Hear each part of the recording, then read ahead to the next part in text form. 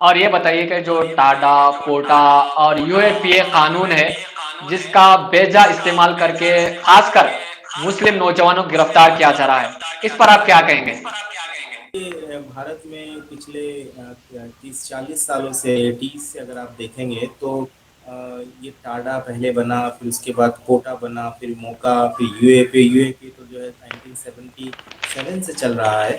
तो ये सारे जो काले कानून हैं ये खास एक मकसद के तहत बनाए गए हैं और हमसे तो ये कहा जाता है कि अनलॉफुल एक्टिविटीज़ को कंट्रोल करने के लिए ये बनाया गया है। लेकिन ये मुसलमानों को निशाना बनाने के लिए, और आप अगर आप रेशियो देखेंगे तो टाडा, पोटा, एमसीओसी और यूएपीए में हमारे पास वाइट पेपर नहीं है, लेकिन एक अंदाज़ा ये है कि सबसे ज़्यादा जो है मुसलमानों की इसमें गिरफ्तारी हुई है। और इसके अंदर जो है कन्फेशनल स्टेटमेंट का एक प्रोविजन रखा गया है कि पुलिस अफसर के सामने जो कन्फेशनल स्टेटमेंट देगा उसको गवाह के तौर, सबूत के तौर पर उसको माना जाएगा और उसके पर सजाएं दी जाएगी, और ऐसी सजाएं हुई है।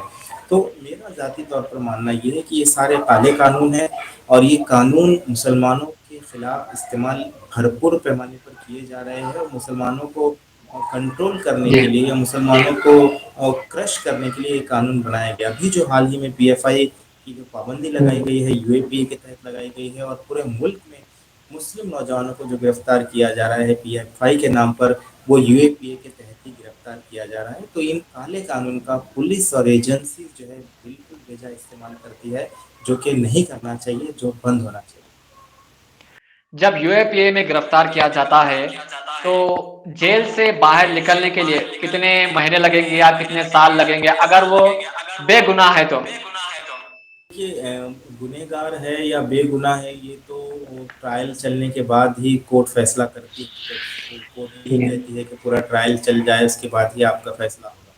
लेकिन अब इसमें कोई ऐसा कोई लगा बंदा कानून वो पीरियड नहीं है कि भाई आप 2 महीने में या 2 साल में रिलीज हो जाएंगे। अब जो सेक्शन 43D का जो अमेंडमेंट किया है यूएपीए में, उसकी वजह से अब यूएपीए के तहत गिरफ्तार कैदी को बेल मिलना बहुत मुश्किल हो गया है। जी। ट्रायल कोर्ट, सेशंस कोर्ट तो बेल देता ही नहीं है, हाई कोर्ट और सुप्रीम कोर्ट तक जाना पड़ता है। आप देखिए भीमा कोरेगांव के अंदर जो लोग हैं कितने सालों से है, दिल्ली फसाद के अंदर जो मुसलमान गिरफ्तार है कितने सालों से है। तो और ये लोग जो है 2-2, 3-3 और 4-4 साल से अंदर है, लेकिन इन लोगों को कम ही लोगों को बेल मिल रही है। तो यूएपीए लगाया ही इसीलिए जा रहा है ताकि एक लंबे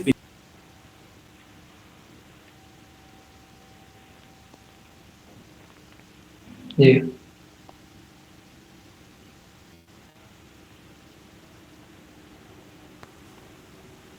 अगर आपने चैनल को सब्सक्राइब नहीं किया है तो जरूर सब्सक्राइब करें, बेल आइकन भी प्रेस करें ताकि खबरें आप तक बर वक्त पहुंच सकें। मजीद अपडेट्स के लिए आप व्हाट्सएप ग्रुप भी ज्वाइन कर सकते हैं, लिंक डिस्क्रिप्शन में मौजूद है।